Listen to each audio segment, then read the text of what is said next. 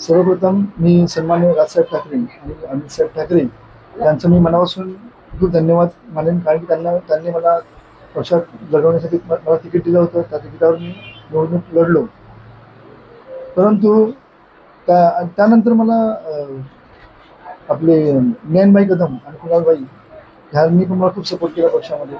परंतु काही जे खालच्या स्तरावर जी लोक असतात त्यांना फक्त रील्स पाहिजे असतात, किंवा काही त्या लोकांना फक्त व्ह्यूज रील्स या सगळ्या गोष्टी पाहिजे असतात. पण काही गोष्टी अशा असतात की भांडणं करून सगळ्या गोष्टी होतात असं मला वाटत नाही. काही गोष्टी बसून प्रेमाने पण होतात, काही लोक काही वेळा बसून बोलून काही काही काही गोष्टी सुटतात. सगळ्या गोष्टी भांडणं करून होत नाही, हे मला बोलायचं आहे. आणि काही खालच्या स्तरावरची जी मंडळी आहेत त्यांच्यामुळे मी नाराज होऊन मी पक्ष सोडला. बाकी मला मनसे पक्षावर खूप आदर आहे. राजसाहेबांचा मला खूप आदर आहे आणि तो माझ्यासाठी कायम राहणार आहे.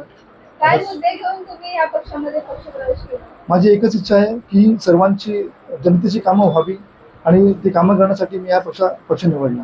सध्या पाहायला गेलं तर इकडे आपला प्रकाश सोबे आणि मनसादा चौधरी पण तुम्हाला पुष्पगुच्छ आणि सावध घेऊन शुभेच्छा दिल्या.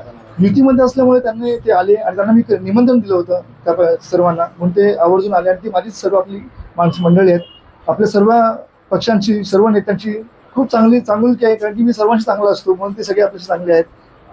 सध्या आपण जर बोललो तर आगरी समाजासाठी तुम्ही भरपूर कामे केलं. माझा सर्वप्रथम एकच मुद्दा असेल की आमच्या एक्सर गावामध्ये जी काही घरं आहेत ती आता ग्राउंड प्लस 1 आहेत.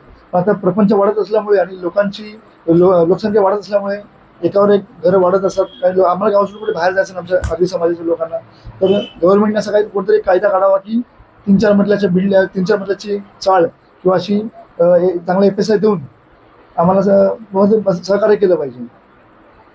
धन्यवाद. जय हिंद, जय महाराष्ट्र.